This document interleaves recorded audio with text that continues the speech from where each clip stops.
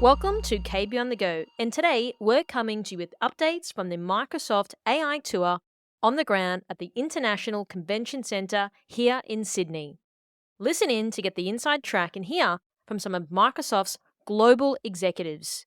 You'll get to learn more about the exciting SFI and MSTIC cybersecurity solutions in depth, and you'll be hearing from a select few Microsoft partners. We'll also be uncovering exactly how the Australian Federal Police are leveraging AI to detect crime to keep people in our community safer. Plus, much, much more.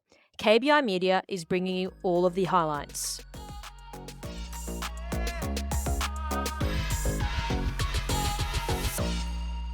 Joining me now in person is Bret Arsenault, Corporate Vice President and Chief Cybersecurity Advisor at Microsoft, and today we're discussing the Secure Future Initiative, also known as FSI. And today we are talking more about the learnings from a year on. So Bret, thanks for joining and welcome. Thank you for having me, KB. Okay, so Bret, obviously before we started, we're talking a little bit more about your tenure at Microsoft, which is quite long time. So perhaps talk to us a little bit more about SFI. I mean, there's a lot of acronyms. Sure. Tell us a little bit more about what this means. Yeah, no, I think it's great. I think, kidding aside, I've had 5 different careers, just the same company, so it's been fantastic. I think when we think about SFI, fundamentally every year we look at what's going on in the threat landscape, the technology landscape, and regulatory landscape, and we decide how we want to go address and work on the process we're doing to protect ourselves, in my role as the previous CISO, as well as protect our customers. And so SFI really came down to, as we look at the technology shifts that are going on, mobile, cloud, and now AI coming on board as a platform, and we look at the increasing regulatory pressure. Added to that, the threat landscape that I think everyone's very well aware of with speed and sophistication. It was an effort to sort of rethink the way we want to go build our software and simply address them. So the series came down to 3 things. One, we really want to make sure that we think about how we're going to embrace and use AI to make a better and more secure world. 2, some engineering changes that we do, and fundamental engineering changes in how you build software and services. And then 3, really we need to work on this regulatory harmonization globally, because I think that many of the customers I've met with, including here in Australia, are really under a lot of pressure with this regulatory. So that's really the fundamental framework of what SFI is. And there's a lot of focus, I think, we see in the press around the engineering part of it, the product engineering. And that's really broken down into 3 simple things: secure by design, secure by default, and secure in operations. So that just, you want to ship things out there, but it isn't insecure, which you always do. But we're actually changing the level of defaults. And so that, when they come out of the box, they turning things on like 2-factor authentication by default, and making sure that things don't drift once you implement them. And so that's really, I think that's probably the easiest way to break it down. Too much? No, that's perfect. Okay, great. So one of the things I want to talk about with you is I've been watching the event that you recently had in Vegas. So Satya was up there on stage. That security is your number 1 priority at Microsoft. Yeah. And obviously SFI is backing that up. So I want to I know that we're going to have a lot of time, but I'm keen to sort of talk through maybe there are 3 principles that this is anchored on. So could you talk through them and what they mean? Well, I think the biggest 3 principles for the engineering part, which is what you was really referring to, is this idea of secure by design, secure by default, and secure in operations. And so across 6 pillars of technology that any company would work with, that everything we build at design time, including threat modeling, including code analysis, all those things, they're all in there by design. That when we ship things, we do more and more things with secure by default. So as I mentioned, turning 2-factor off on by default, services that turn with deprecating old legacy protocols by default, using the highest level of security. The new things we're doing with Windows 11, being able to run Windows 11 as standard user finally. All those things are things that we're doing by default. And that is all the operational rigor that goes into that. And so ensuring when people get these, they have to opt out instead of opt in for the security components that they're doing. And you mentioned before, because of now AI really coming into the fold, we're in the AI era, as people would say. So do you think that was probably the main sort of catalyst to implementing SFI, but also, we had sort of the cloud adoption, and then that caused people to change, and then we had COVID, and then we've seen AI sort of coming into it. So what would be your thoughts? I mean, obviously you've been in the business a long time, and you're sort of curious then to know, you've seen the evolution. I have. I think every time there's a tech change, whether that was since I'm as old as I am, from mainframe to PC, from PC to network PC, from network PC to internet, from internet to cloud, add mobile. And so when you see these platform shifts, they fundamentally change the way you build software and the way you deliver services. We don't deliver disks anymore, right? It's all on consumption and usage. The network doesn't have the same control effectiveness because people are connecting directly from your laptop to your cloud service, whether it's Salesforce with 365 or Google. And so you really need to rethink in the way you're going to protect things in that environment. AI was not the catalyst for it, but it was certainly a large contributor because it gets us new capabilities, both as a threat, but more importantly, as capabilities for productivity and how we go secure in that model as well. So it was definitely part of the conversation, but it wasn't the only motivation for doing it. But I do think, just to be clear, I do think that AI gives the defenders an uphand and an asymmetrical model that we didn't have before when fighting against adversaries. I'm super excited about that.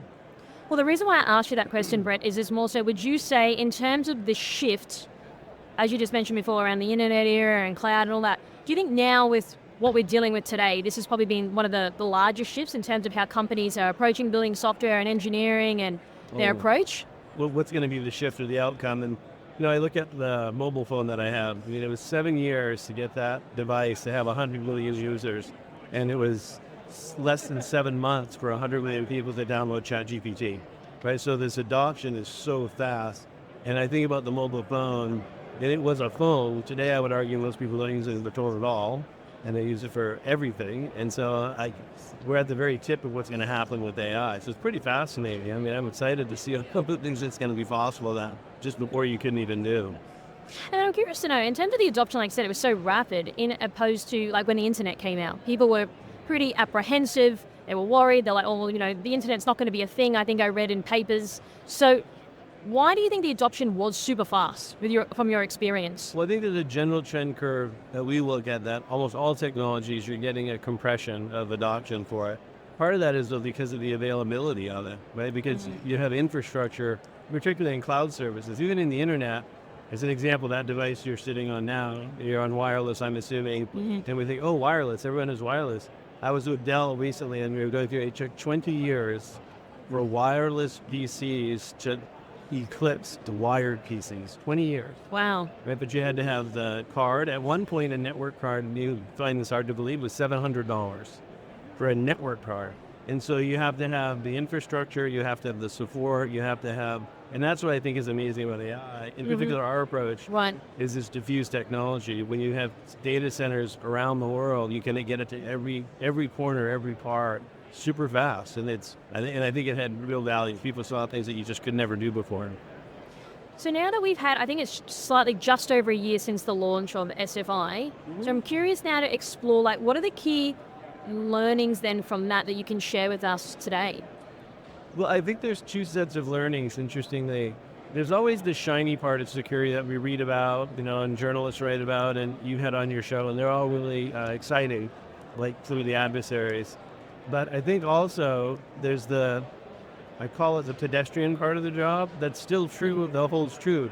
It turns out, like we look at passwords going from, in 4 years, we see 730 password attacks per second, going to over 4,000.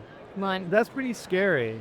But on the flip side, if all you do is turn on free 2FA, you will not be impacted by that. Even if you did a complex password or a lethal password, you're better off. So there's a lot of hygienic things you still need to go do that are true even for AI. Make sure your things are current. Make sure you have the right identity in place. Make sure you use strong authentication, lose privilege. So all those things still apply. But it is true that we have much more sophisticated adversaries and many more adversaries than we've had in the past. And I think the progress and the learning for us was when you do this, it's not just the technology changes you have to do. There's a cultural part of it that you have to do to embrace it. And then there's having the mechanisms in place to ensure that you're doing all the right things. And probably, maybe more importantly, we call them paid paths, but to do things at scale, and you can have everyone go patch their machine, but you come back a month later, we're going to do it again. You have to build a paid path for your developers. And for your operations and engineering teams, so they fall into the pit of success. They can't not fall into the pit of success. Their stuff just working. That's where the by default and operations come from. So we've learned that, especially on the identity side, you've got to get this identity infrastructure right for your users, for your services, for your cloud services, and your service principles. That is, I always say, hackers don't break in, they log in. I think true. that's really true. So I want to understand the cultural side of it now. So Sure. it's comes up a lot in my interviews with people is, we've got to get the right culture. Yeah. But what does that mean for you specifically? I've been through a lot of cultural changes. They often come with leadership changes. I would say one of the roles, one of the things, it's also in the learning. Security teams do good security work, and so I think when you have I think we've had a very good security-aware culture for at least the last 10 or 15 years. Sure. But a security culture is very different than a security-first culture. Okay. Which is when you say, I'm going to make a trade-off and I'm going to actually delay the shipment of my product, which is what I'm paid to do as an engineer, because I didn't meet the security bar, or in the threat model I found there might be a problem. And so having the support from executives all the way to the new hire that just started last week, you have to be that pervasive to make it security first. I do think it's important to note I've seen this trend more so here in Australia, to be honest, in the last Really? where Okay. people are saying, well, if you're doing security first, well, how are you doing anything else? Right? So I'm not sure what your day looks like, but I'm assuming you have more than one priority in the day. That's true, yes. Exactly. And so security may be our highest priority, but we still have to ship great software, make sure that AI works, make sure our customers that we serve, consumers, enterprises, governments, can all be the most productive companies they can be. So security first, yes, it is the priority, but we still are doing all the work and everything. And so we call it the charity of AI, right? You can't do, it's not this or that, it is both. That's an interesting observation. So I've come from a security background myself. I worked for one of Australia's largest banks before moving into doing this type of work. And you said before around security first. So one of the problems that we used to face is going to engineers, and they would obviously get stressed to say, well, our project's now going to be delayed because we haven't thought about security. And then, I mean, this is probably going back around 10, 12 years ago. So obviously now things are taking a shift to more, security first culture.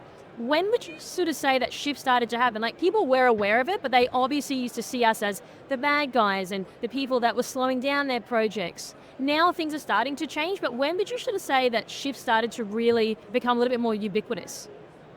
For us, that probably started 9 years ago when we started this path of trying to make everyone aware of what security was. And since you have a background in security, you know the difference between requested and required. And so it was requested to do security, but making it required via paid pass, so that, for example, you can't do a pull request, and you can't do a push for your code for a build unless it passes this set of gates and bars. That's required versus requested. And so but doing that in a way that is not thou shall, I think this is a lovely quote I have in the favorite. And I think security people have struggled with this in the past, which is a famous quote of, if you tell me, I'll forget. If you teach me, I may remember, but if you involve me, I will learn. So being more involved with the teams and being a business leader and not a technology leader that's running around to the big stick, and then providing these paid passages. I'm not saying you have to do 100 things. I'm giving you a library that just does this for you, which they don't want to do anyway. And they'd love not to have to build their own authorization libraries. And so I think being more of a service provider is really helpful in that scenario. It also helps, to be fair, to have support from the very top in the company, all the way down through, and have mechanisms to measure. Because I think culture is really more of a reflection of behaviors. You don't say, this is our culture, and tomorrow it's your culture. You have a set of behaviors that exhibit what that culture is supposed to be. Well, that's where I think it's interesting, because again, like when you're telling people like you have to care about security, I think it started to create more of this dislodgement between security teams and then technical teams throughout the business, or even the business, because it was sort of just people telling them and barking orders at them. So maybe the culture you've seen the shift. Yeah. So then I think it's going to continue to get better, because historically people would just not enjoy speaking to security teams at all. And you said before that you're seeing it more in Australia in terms of culture. Why do you think that is? I think more people were just asking us, they were worried about our priorities being everything they needed, not just a security thing. So I think they're just very aware of what they need from us. I think it's a good point though on this change. If I could illustrate with an example that was it was globally shifting for me. We knew two-factor auth was a good thing to do. And so we kept pushing two-factor auth everywhere. And I remember people would see us coming because you had to have a slot reader, you had to have a special badge with 3 pieces on it. It had a lot of infrastructure and friction for our employees. And we even created a thing called the virtual smart card to get rid of the physical part, thinking that would be better. One day, a very smart person said to me, hey, from a design principle, like you think about human-centered design, and said, what if you changed what you were trying to go do? Like, what do you mean? He goes, well, what are you really trying to achieve? And so I'm trying to get rid of passwords. He goes, great. Make your vision eliminate passwords. And I said, that's just words. It's gobbledygook. I'm a math person. It's words. And it turns out when we said, hey, what do you have to do to eliminate passwords? It fundamentally changed the way we build software. And so that's when we developed Hello. And that's when we did. And by the way, when we get into this model, which is users love not having passwords. So when you have something that users love and IT trust, you kind of hit the nexus. And so when you take that design principle of how you can help people make their lives better, whether it's an engineer or an end user, and do it through technology, it's actually, I know it's just words, but it made such a huge difference. It was really unbelievable. And so now, I remember people pushing so hard on us doing 2FA, and now they send me notes like, hey, I got asked for a password. This is wrong. What's happening? You got rid of all of our passwords. And that's the golden day for a CISO now happening. So Bret, how do we find the equilibrium between we want our company to be secure, but then also we don't want to introduce so much friction that people can't do anything? Correct. How would you find that balance with your experience? I think the thing I was mentioning about how do you think about it from a design principle helps. I think the paid paths really help, which when you say, listen, I'm not going to just force all this extra work on you. If you use my paid path, you'll be more efficient, more productive. And frankly, I think the use of AI and some of the things that we're doing, just think about writing code and using Copilot the GitHub Copilot, and like suddenly, in a miraculous way, you're writing code 30% faster. Yeah. And you're getting use of libraries that are already pre-configured and are secure. It has free detection for static code analysis. So then if you're using our public repositories, you drive that part of it down, and so you get broad adoption. And in the day, just make people more developed. There are some times where you're still going to have to, the idea is not to say no, it's to say how. Sometimes you might have to say no way, no how, but you hopefully never do that. So we are running out of time, so I know you're busy. However, just to wrap up the conversation for today, what can people expect sort of from SFI moving forward? And, when we do an interview next year, what are some of the things that you see that's going to happen on the horizon now? I think that you'll continue to see more and more understanding and evolution of how to use AI to better protect the workloads that people are doing and the data that people are doing. I think you'll see a lot more energy, other companies starting to adopt some of the cultural norms that we're doing, where executives have compensation and change behavior, where you have systems like our system. My favorite thing in our system today is every employee twice a year is asked one of the, they do this employment surveys to do at the bank, and they're very valuable. But there's always one question that's the most valuable, which is, can I do my best work here? And that will generally tell you whether that helps the organization. From a security perspective, we have a similar question when we say, are you supported to make the security trade-off to you just want? It's so simple that when 238,000 people answer that question, you get pockets of, wow, these people are really supported. What are you doing right? You may have a problem over here. We should go address it. Is there a leadership issue? Or is there a technical issue? Let's not assume something's wrong. Let's go investigate and understand and learn from it. I think that'll be great. And I think you'll just see more and more software ship by default the security capabilities that are not high friction user experiences, both for the IT department as well as for the user. And I'm hopeful for government to adopt it. So, Bret, do you have any sort of closing comments or final thoughts you'd like to leave our audience with today? I would just say more just from my experience of being in Australia. It's been fascinating always in business about global travel as you assume certain things, you learn things. The people are amazing. That was something else. But I think that it's really important to understand this is a team sport. And the security team's job is not to just secure the company, it's to make sure everyone understands that. But it is going to take great collaboration and cooperation between the private sector and the public sector. One of the things I heard here a lot is, you had at least 3 or 4 new regulations this year.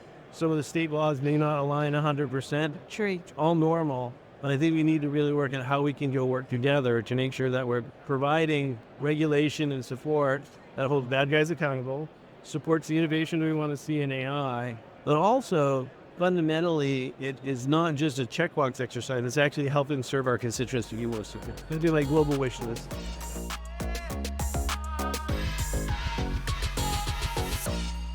Joining me now in person is Janice Lee, General Manager of Microsoft Security, and today we're discussing securing AI and AI in security. So Janice, thank you for joining and welcome. Super happy to be here. Thanks for having me. So let's start right there. Tell me more about your thoughts around securing AI. The first thing I'll say is that it's actually not just about securing AI, it's actually securing and governing AI.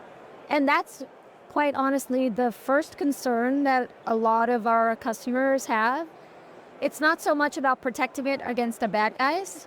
It's about how do you govern the use of AI and how do you ensure that your use of AI is compliant. What do you say from your experience around how to govern the use of AI? Would you still say it's people still trying to figure out what that looks like? Because obviously AI is, in terms of being more ubiquitous in the market, it's really emerged probably since 2022, and AI has been around for a while, but people are still trying to understand what that looks like with their organization. Do you have any thoughts on that, Janice?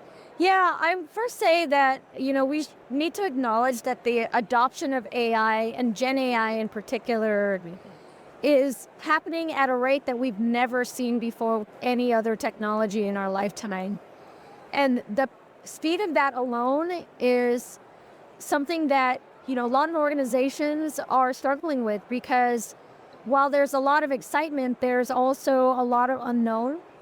What I am seeing, though, is the quick organization of teams coming together across entire companies, and that's something that we've not seen with other technologies, where in order for any organization to adopt AI and be able to leverage it for its fullest potential, it involves the entire organization from the CEO on down. And they have to come together in a way that, other technology adoptions have not forced them to come together. So I would say it starts there, with different functional leaders, from the head of technology to the head of even HR to the head of governance and legal and compliance, to other functional business leaders coming together and aligning on what is the objective, what are the risks, and how do we want to collectively govern and guide the use of AI in a safe and secure way. Switch gears slightly, and I'm aware that there are simple steps in implementing effective security for AI. So maybe walk us through, what are they? Yeah, I would break it down and just say, you can't manage what you don't monitor. So the first step is discover, understand what AI apps are being used, are being created within your organization. I think there isn't a single customer that I've talked to that doesn't have users who were very quick to adopt consumer Gen AI, like ChatGPT and others. And so there's a lot of that usage happening by employees in the workplace that we have to completely be aware of. And then there are, of course, teams that are out there wanting to deploy their own AI so that they can improve their customer experiences, so that they could be more productive in their jobs. And so discovery is step one. Yep. Then two is establishing governance and sort of the rules of the road on what data can be used, what data can't be used by whom.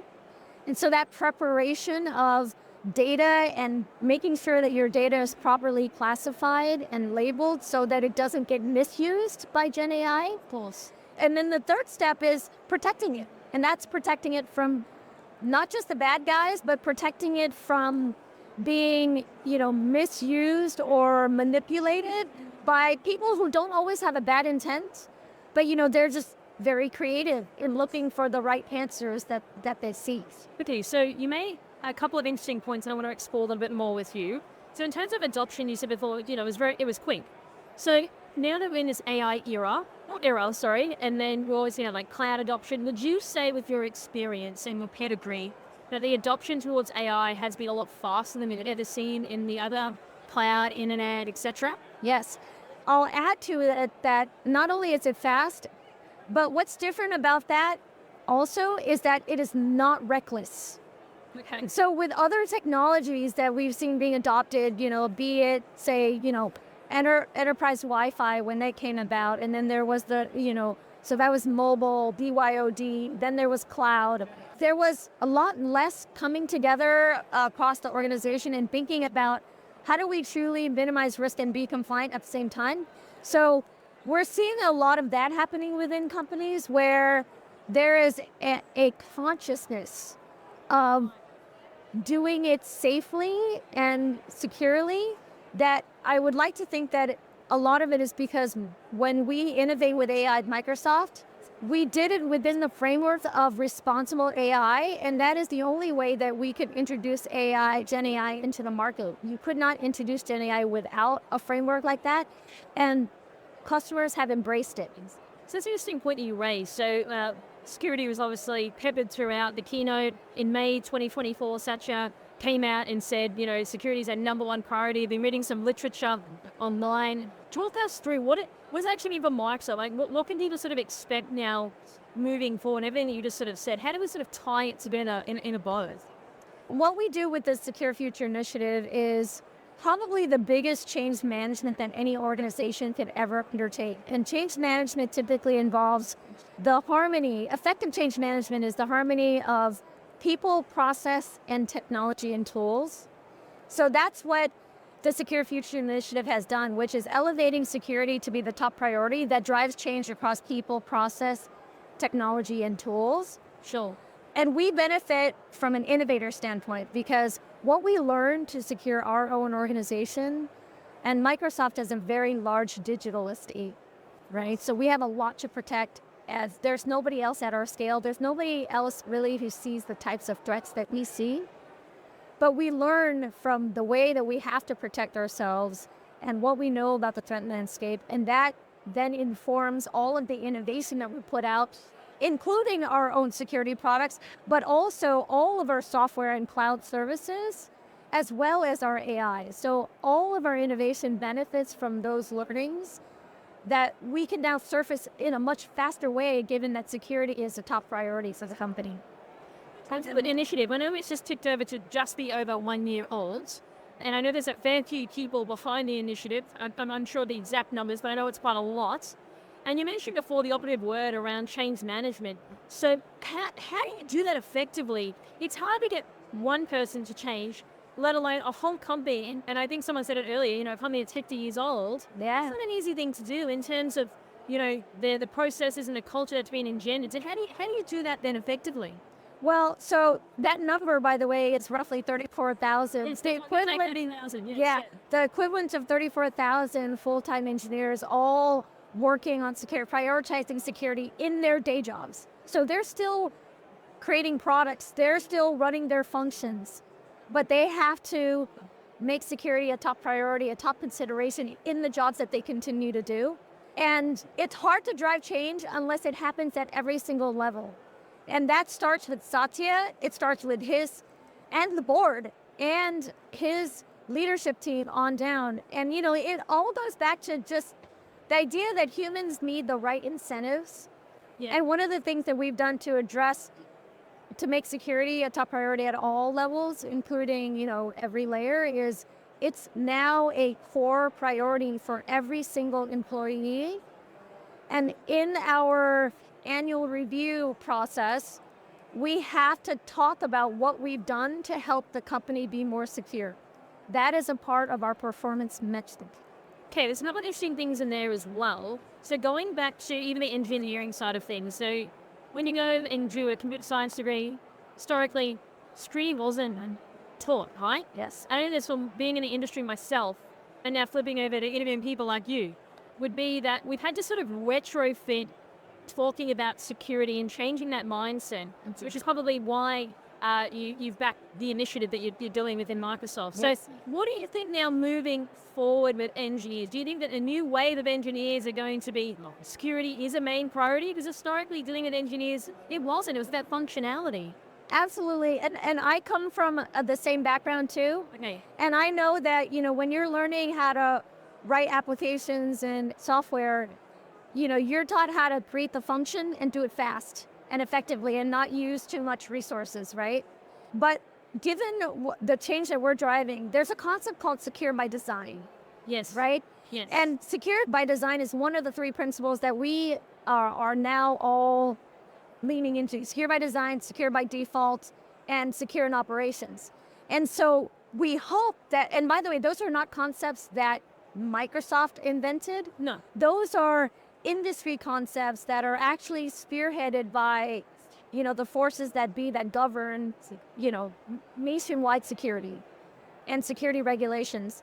And so secure by design and secure by default are principles that we hope are going to find its way into your traditional computer science curriculum, so that emerging programmers can learn that you can still build secure software and do it quickly and innovatively, especially if you have the right tools. So there are more and more tools now available to software developers so that they can shift left with security principles, and not just design it with security in mind, but also ship it with the right security defaults turned on to help users be secure from the start versus giving users an option to turn on security.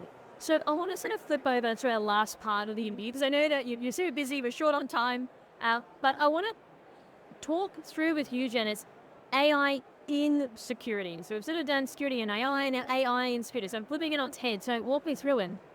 So the same idea of Copilot helping everybody be productive, writing summaries or, understanding what happened in a meeting or looking at what emails that they should prioritize when they get flooded with hundreds of emails in their inbox.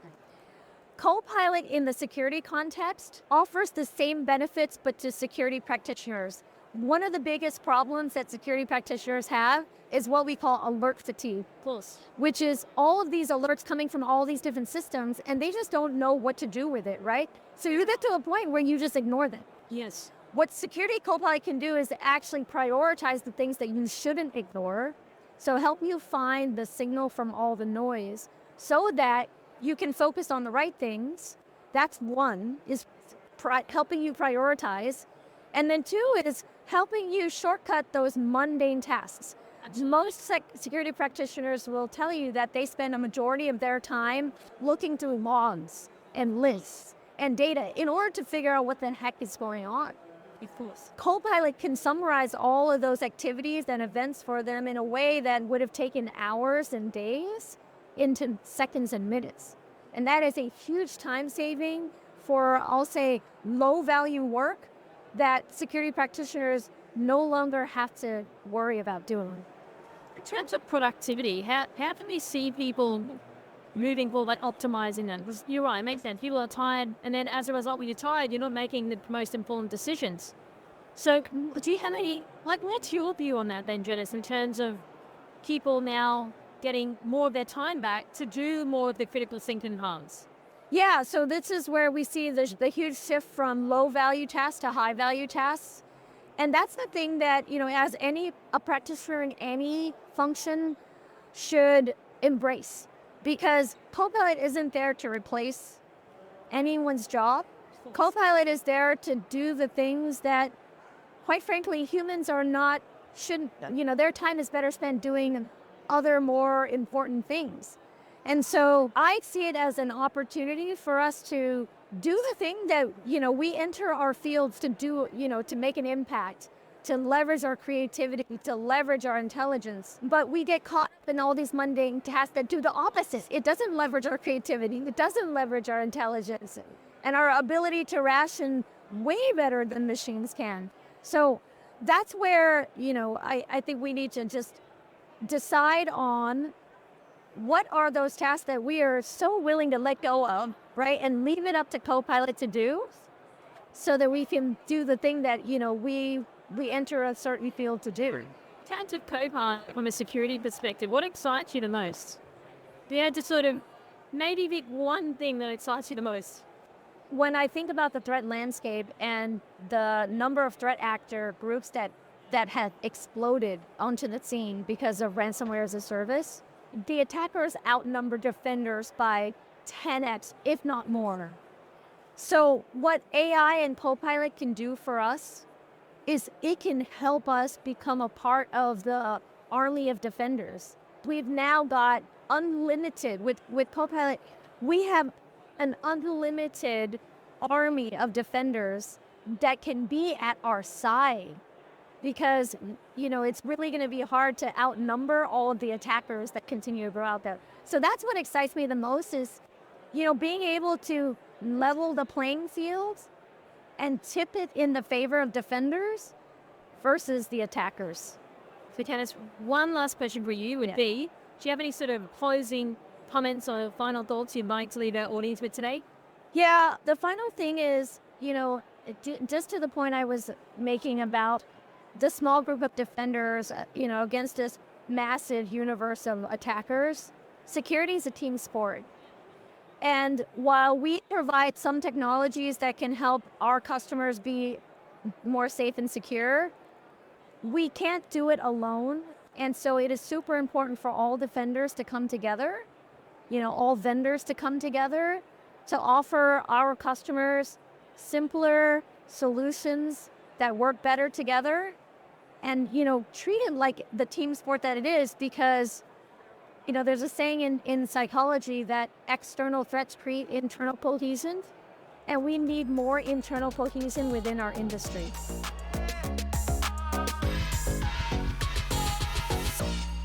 Joining me now in person is Chris Lloyd-Jones, Head of Architecture and Strategy in the Office of the CTO from Avanade. And today we're discussing the culture and change program needed with AI. So Chris, thanks for joining and welcome. Thank you. Okay, so Chris, let's start right there. People talk a lot in the industry about culture. So I'm curious to understand from you, walk me through your thinking or your approach or what comes to mind around culture for AI. Okay, for sure. So I think when people hear AI, they think of this as a big technology change piece. But actually, if we were to step back 24 months ago when ChatGPT, when all of these technologies came out into the market, well, AI isn't new. We've had machine learning, we've had other technologies, and all these new technologies have been about how do you bring everyone in an organization along. So culture, to me, is about how do you empower people, how do you train people, and how do you enable people to make the most of these new tools that you're providing them.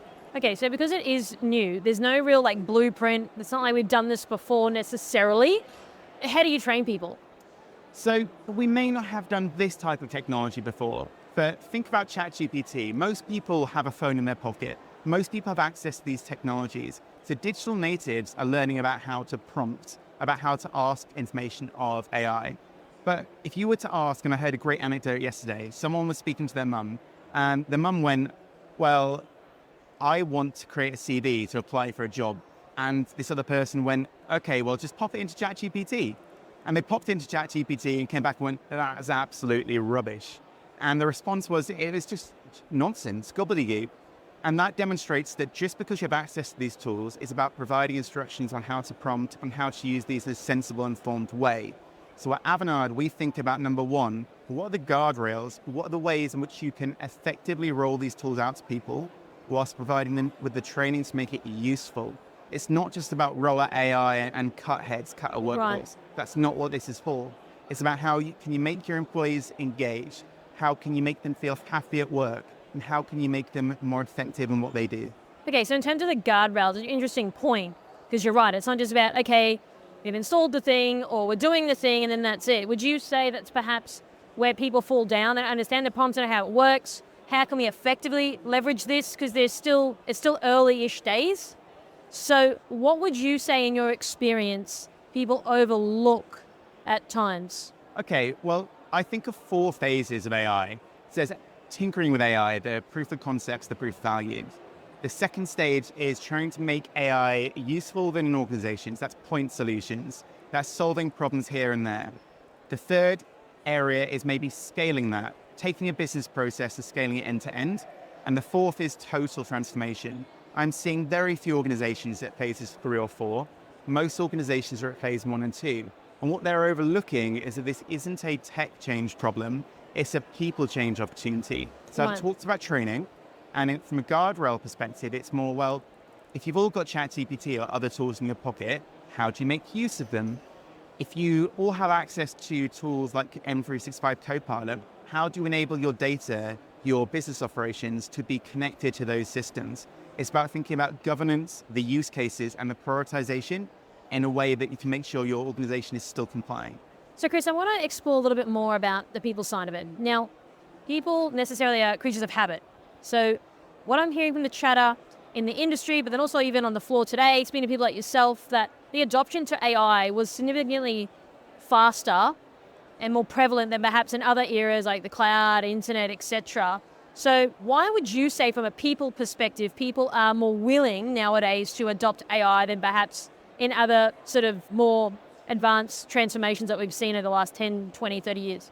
So I wouldn't necessarily say that people are more willing to adopt AI. Why? So you look at machine learning, Okay. we've had that for decades.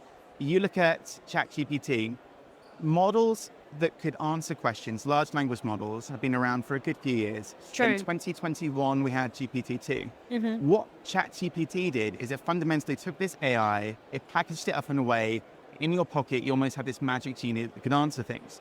So I think people are trying to adopt these tools because it can solve a problem that they might not otherwise have been able to solve. They've got someone that will continuously forever listen to them and answer questions. Now, organizations want to adopt this technology because they believe it can help them solve productivity challenges, it can help them solve cost challenges, or it can help them to grow. But once you start using the AI, that doesn't mean that you have the skills to be proficient or to make the most use of it. And that comes back to what I mentioned before about the need to upskill. Okay, so you raised a great point around packaging it up. So I was recently, after watching yourself on YouTube, but also Satya on his response around Copilot is like the UI.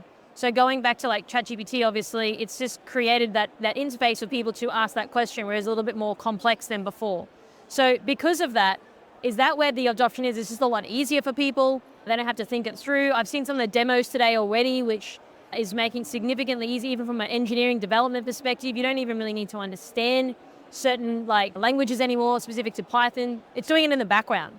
So in terms of training, how can people start to understand what this looks like within their organization? Do you have any insight then on that front? Yeah, for sure. So Satya talks about chat as the new interface for UI. And I think that's certainly true for where we are today. Right. But I think these tools are going to start to be embedded more into what we do day to day. So you open up a legal contract and it's been pre-marked up for you with what you need to review. Mm-hmm. So chat to me is a transitional phase and not where we'll end up. I personally believe in the concept of ambient AI and that being infused into what we do day to day. In the same way that a one-point spell check was considered AI, today it's just a button that we click and we don't think about it. True. So going back to governance and training and how we can adopt this in an organization. Number one, Avanade rolled out what we call the School of AI. We trained every single employee in our organization on what AI is and what it can do. We defined responsible AI principles and digital ethics that people knew if I use this tool, this is how I can use it responsibly. Recognizing that people will use tools like ChatGPT or GitHub Copilot. Then number two, we rolled out prompting. How can you engage with AI? And number three, we explained how to know what you don't know. If you know what AI can do, when do you hit the limitations of the tools that you have so you can remain ethical, you can provide answers that are of high quality, and you're not just regurgitating information that might be made up. Knowing how AI thinks in different ways, and therefore you need to be careful and have a critical mind. So I do want to get into the responsible AI side of things, but before we do, so going back to the prompting side of things, what we just discussed with, fancy new UI, it's a lot easier then for people. So what would you say that companies now are coming to you and asking you questions around? Is it still like, hey, like how can we use this UI to ask the right questions to increase our productivity? I mean, I've heard that a little bit in the sessions today in terms of how much Copilot specifically can increase people's productivity. But there's still a lot of questions around, well, how can I leverage this within my company internally? So we've had Copilot for a number of years, and don't get me wrong, Copilot is a brilliant product, but I think the tenor of the conversation I'm having has changed. A couple of years ago, this was proof of concept or proof of value, just testing the organizational technology, rolling out tools like GitHub and just seeing, do they work? I think now we're starting to see organizations have proved the concept, they've proved the fact that AI can have value, and now looking at, okay, I'm ready to scale and implement this into my business processes. How do I think about principles? How do I think about business process engineering? We have an enterprise architecture as we did for mainframe and cloud. What do I now need to do for my enterprise architecture for AI? They're really thinking about this in more of an enterprise fashion. Okay, so scaling AI. I've heard that thrown around a little bit today. Yeah. What does it actually mean? So to me, scaling AI means it's production grade, and I'm going to break that down because I know that's a very high level answer. Sure. So a year ago, we had a number of tools. So I could get data into, to get a bit techie here, a cognitive search index. Okay. I could take data and put it in a format that an AI could query. Okay. But someone might have to export data from a database into a spreadsheet and upload it somewhere else. Sure. Well, then you've lost that chain of custody. If the data gets changed in your sales system, someone would then have to re-update the AI. So that's how do you get your data from A to B in a way that's consistent and safe. Then it's, okay, in the past we rolled out chatbot interfaces. Someone can ask a question of their data. Well, a lot of people don't want us to answer questions. They want to solve problems. Sure. So now I think people are thinking about this as a service design. So they're starting to think about what is the holistic experience. I'm not just going to add another sparkly button to my UI. What problem am I actually solving? So for example, do I need AI or should I cut this out? Am I doing this for the sake of it? And then finally, how, again, going back to governance, is this a use case that's really adding value? Is this a use case which is responsible? Do I have the right data stewards involved? It's just about taking all of the bits and pieces that you do with a prototype, throwing them away and thinking about, is this ready for prime time? So going back to your comment before around they want to solve problems. When you're saying they want to solve problems, but people obviously do want to do that, but is it more so how do we go about navigating that? Is that the part where people are still unsure about how to do? And to your earlier comment around the top of the interview around the guardrails, is that what's missing, would you say, the guardrails? I think the guardrails are missing, but I don't think that's the whole picture. So I think Sure. you talked about solving problems. People can identify the use cases in their organization that they want to roll it out, but then they might go, okay, say you want to optimize your sales process. You want to look at what leads might I want to speak to. Though that data could be in Dynamics, it could be in Salesforce. Sure. How do I connect to that source system in a way that's repeatable? In the past, if you were doing reporting in, say, Power BI or Tableau, well, there's a data team that sat in the middle there. They were the intermediary. They made sure if you asked a question, everyone else got the same answer. One True. person measured sales in the same way that another person did. If you're developing an AI system, all those same tools need to be in place, and that becomes your guardrails. And that's why these proof of concepts sometimes fail, because yes, we want to prove the tech works, but now we need to go back and do all the same things we would have done when we rolled out Power BI and reporting. That's interesting because I actually was a reporting analyst in Okay. Leverage Tableau, Yeah. so I do understand that. But I used to spend a lot of time doing real manual stuff, Yeah. building dashboards, pulling all the data sources together, just trying to figure out from the business, well, what is the problem that I'm solving? What do you want to know? And There's you so must many have things had I can't- teams sending you Excel spreadsheets going, well, I'm getting this number, and you're like, no, it's this number. That's the standardization. Yes, and then you get a call from the CISO saying, hey, I've just presented, I believe the number's wrong in the meeting. Yeah. I mean, it's not necessarily an easy problem to fix. So where are people sort of starting? Because again, it depends on what organization you have. There's a lot of data, a lot of in terms of sources that are being fed. How do you get that standardization? So organizations can start at the top, they can start at the bottom. It needs to be bottom up and top down. And I don't just mean that as a kind of buzzword. So talking about bottom up, organizations generally are either highly centralized, so they've got a lot of control over their systems of record. They might go, my employee data is in Workday, for example. My expenses data is over here. Sure. And in those organizations, it's relatively easy to identify the data steward. And then you might be focusing more on organizational change. But in multinationals that might span, say, Australia, New Zealand, Europe, generally they're going to be a lot more federated. And that means you need to benchmark. Do you have the basics in place? Have you already identified your systems of record? You could be using 3 different travel booking systems. And then you might want to identify the domains you care about, your HR, your travel.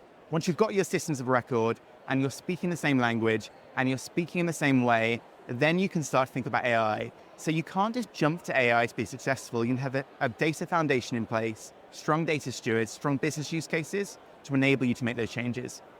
Well, when you say people are jumping to AI to be successful, No, I don't think people are. I think people roll out Copilot and they might make their knowledge finding better, but that might indicate that maybe their knowledge architecture wasn't great in the past. So Copilot's just an incredibly great search engine. When they want to take it to the next level of productivity, such as sales or invoicing, at that point, you can't escape the fact that you need to improve your data stewardship and your data quality. From the conversations that I've heard today, everyone is finding Copilot a great way to draft emails and a great way to find information, but only the organizations that invest in that data platform are making sales more efficient or invoicing more efficient or helping to serve their employees. so people often speak about like structured data and then unstructured data. So how Talk to me a little bit more about that. How does that then look in fitting into the AI beast? So AI, when we're talking about it today, we generally mean generative AI, so the generation of text or images. But AI in the past, machine learning was the kind of forecasting and the analytics in the past, so analyzing what's happened to date. Now, when I'm talking about AI in the context of making this more effective, you need to consider all three, because traditional machine learning will still come into play for how you analyze your structured data. For example, if you're an investment firm and you want to maybe make a virtual agent that can help you identify customers where there might be an opportunity to optimize a portfolio, you're going to need to use machine learning to identify maybe the right trades to make, the cluster in the data, and then you feed that through as unstructured data. So you change it from numeric data to data that the machine learning large language model can actually analyze to make those decisions. Both of those data formats are important. Large language models is like programming through language, commonly English, but unstructured data is ultimately required. So now I want to flick over and talk around trusting AI. Yeah. If you want to talk about that, and then we'll get to responsible AI. I know I asked that before, but talk to me a little bit more about what does that mean for you when I ask you that question? So for me personally, when I think about trusting AI, I think about a number of different things. I think number one, is this going to actually help me do anything I want to do? Can I rely on the response that I get back and can I make decisions from it? Right. And say I'm booking a flight and I ask when the next flight time is. If I can't trust that information is correct or accurate, then that's been a waste of my time. True. And that was a pointless AI interaction. So that comes back to, we talked earlier on about measuring value. There's a value gap. I talked about data, there's the data gap. The third gap I think of is that trust gap. And one, do you know you're speaking to AI? This is a very personal example. I had five instances of this cloud product charged to my credit card the other day, and I was really frustrated. And I raised a ticket on this website and got an automated response from this chatbot by email going, we've logged it, we've already issued you a refund. I'm like, no, you haven't. I raised it again, and I was getting more and more frustrated. And for me, that's trust, because the AI isn't listening to me. It's trust because it wasn't immediately obvious until I Googled it. This was an AI chatbot. Okay. And it wasn't immediately obvious to me that I was getting a good answer. So a lot of organizations need to think carefully, because if you are looking to replace activities that a human would have done with AI, you need to make sure that you're hitting the same standard. So what about to trust? So you said, like, for example, so you're pulling if it's a large language model, pulling all these sources in, it's like, the sky's blue, but maybe there's some people out there that say the sky's orange. Yeah. Comes up and it says the sky's orange. How will people, now I'm a millennial, so I'm not a Gen Z, so I've obviously been in two camps when, the internet first came out, etc., so I think I'm privileged. But how are people moving forward be able to discern and not question, is that true? Because that's just what AI said. And I know that sort of comes into the responsible side of it and the ethics side of it. But what does that then look like? And will people have to sit there and question everything to discern whether this doesn't look right, but if it's telling me it's fine? I'm really probably more worried about the generation beneath and moving forward. I think that's actually a really good point, and I think there's two phases to that. I think realistically, if we think about where we are today, that is where we are. We have to use critical thinking to discern information that might be real from information that might be false. And that's not just about the large language model making things up. That's also about the use of AI to disseminate misinformation online and to steer conversations. There's a recent study piece using GPT-4 to curate someone's timeline on a social media network. They provided them with the default network and two curated versions, one relatively left-wing, one relatively right-wing, and they found that people's views would shift if they weren't told it was AI, and that within a day, their opinions could be changed, and that would roll back, but this is just one study. Now, going forward, there needs to be a partnership, from my perspective, between the media, between the state, between private organizations to solve this. And this isn't just cloud, made-up stuff that should happen, theoretical. There's an organization called C2PA, Content Provenance, and they're an open source organization building the standards to certify that the information from the microphone you're using hasn't been altered between when we recorded this and when this goes out. Or that this information, this photo was taken here and you were seeing the real thing. Right. Or that a human wrote this and you're reading this. And we're starting to see those standards be uptaken by TV channels. If you're on Google, if you're on Bing, it now certifies if the image you're seeing is AI generated. And I do think we need those standards to have trust, but that's going to take some time for that to be built. And it's not an easy thing to sort of solve. And I've spoken about that with people on the show historically, but also today. So I want to talk to you a little bit more about hallucinations. So going back to my point around the sky is orange, like that's a hallucination. Like that's not true. But then who gets to decide, well, maybe it is true because maybe I'm colorblind. So how does that then look in your eyes, Chris? Well, you think about what a hallucination is. Like another way of thinking about it, which I quite like, is groundedness, because hallucination gives the impression that the AI is thinking like a human might. So an AI that's making stuff up is ungrounded. It's gone off the context it was trained on. And this happens because large language models, as is in the name, is trained on large bodies of text. So they've been trained on what's online, what's in encyclopedias, and what's in other private data sets. And they're grounded based upon the prompt that you give them. So if you tell an AI, pretend you're, I don't know, you've got an IQ of 180 or you're from Star Trek, you might get very factual responses. They might be grounded in sci-fi. If you tell an AI something along the lines of, I don't know, like you're an 8-year-old, you'll get childish responses. The AI will only act based on what it's seen other people do online. That's why if you are very polite to an AI, you say please and thank you get better responses because on online forums, that's how people respond to each other. So you can actually prompt an AI to act in a certain way. Now, we have to recognize that AI is super-powered predictive text. It's like typing on your phone, it's just predicting the next sequence of words. And therefore, I think the organizations implementing AI, they are responsible for what they produce. But as a consumer of these, we still have to engage our critical faculties in order to make sure that we are getting value from these systems, because no system is infallible. Being as an industry, we're not quite there on how to manage, put the guardrails in, ethics, responsibility of AI. This is growing quite substantially. And there's a lot of use cases for it. I mean, it's super powerful, but it's like a double-edged sword. Yeah. So how do we sort of manage that going forward where you still need to leverage this, and with all the use cases we spoke about here today at Microsoft, but then also it can damage us as well. What's your view then on that?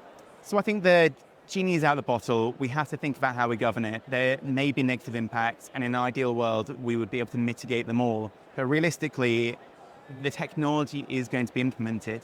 And that means we need to think about the people aspect of this, the process aspect of this, and the tech aspect. So Microsoft has released a number of different responsible AI tools. So you can scan the technology, you can scan the text that's coming out for forms of potentially explicit content, potentially racist content, and other forms. And that's a tech mitigation. We can make our AI more deterministic. So when you ask a question, you get the same response every single time. That makes it easier to govern. We can track the inputs and the outputs. Okay. We can adjust our processes so that AI is being used for areas in our level of risk and that a human is always in the loop.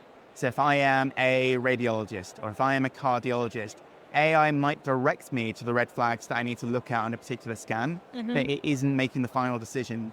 And that, I guess, goes back to Copilot. Copilot is a Copilot, it isn't an autopilot. Human brains need to remain engaged. And before you mentioned that you're a millennial, I'm a millennial, thinking about the next generation coming up who've had ChatGPT since day one of going through university. Yeah. For me, it's the people that work in tech today, craft people, they know what good looks like. If they're using GitHub Copilot, they can go, great answer, not a great answer. If I've had it from day one, I need support to identify what good looks like so I can become a craftsperson, build my skill, and I'm not just relying on the AI and the answers it comes up with. So Chris, we're running out of time. However, do you have any closing comments or final thoughts you'd like to leave our audience with today? Yes, if there's one thing I think we should think about and maintain an eye on, it's the sustainability of AI. I'm really pleased with the commitments that the hyperscalers are making to the sustainability of AI, but ultimately AI uses a significant amount of energy, and I think working with organizations like the Green Software Foundation and others, we should be making sure we continue to think about the land use, the water use, and the environmental impacts so that AI can help us solve challenges and not make more. And there you have it. This is KB on the Go. Stay tuned for more.